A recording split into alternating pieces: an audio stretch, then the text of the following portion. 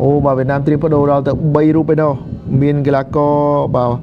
Bùi Vi Hao ម្នាក់ទៀតបាទគេព្យាយាមលេងមួយប៉ះដោះខ្លួនពីតំបន់ចង្អៀតតែត្រង់នេះត្រូវបានឆាបដោយក្រុមជម្រើសជាតិកម្ពុជាអូហូ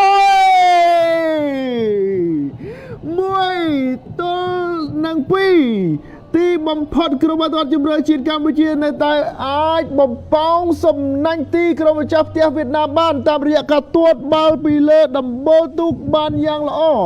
កីឡាករវ័យក្មេងរបស់ភ្នំពេញក្រោនប៊ុងសាំយូអែលចូលរួមជាមួយនឹងក្រុមបាល់ទាត់ជម្រើសជាតិកម្ពុជាលើដំបងបង្ហាញខ្លួននិងរកបានគ្រាប់បាល់បញ្ចូលទីដំបងរបស់ខ្លួនផងដែរប៊ុងសាំយូអែលតារាកំពុងរះនៅក្នុងតំបន់បំរើរបស់ក្លឹបបាល់ទាត់ភ្នំពេញក្រោនបង្ហាញសក្តានុពលរបស់ខ្លួនយុវជនដែលមានគុណភាពនៅក្នុងតំបន់បំរើអាចជំនួសតំណែងរៀមច្បងបានក្នុងការប្រកួតនៅក្នុងលីកកំពូលកម្ពុជាពុំសូវឃើញកីឡាកររូបនេះដាច់ចិត្តទាត់សម្ដៅទីនោះទេ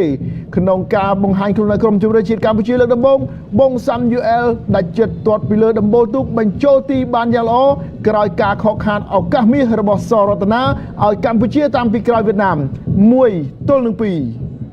នាំមកជូនដោយ855 STV ទស្សនាបាល់ទាត់ដោយសេរីកម្រិត HD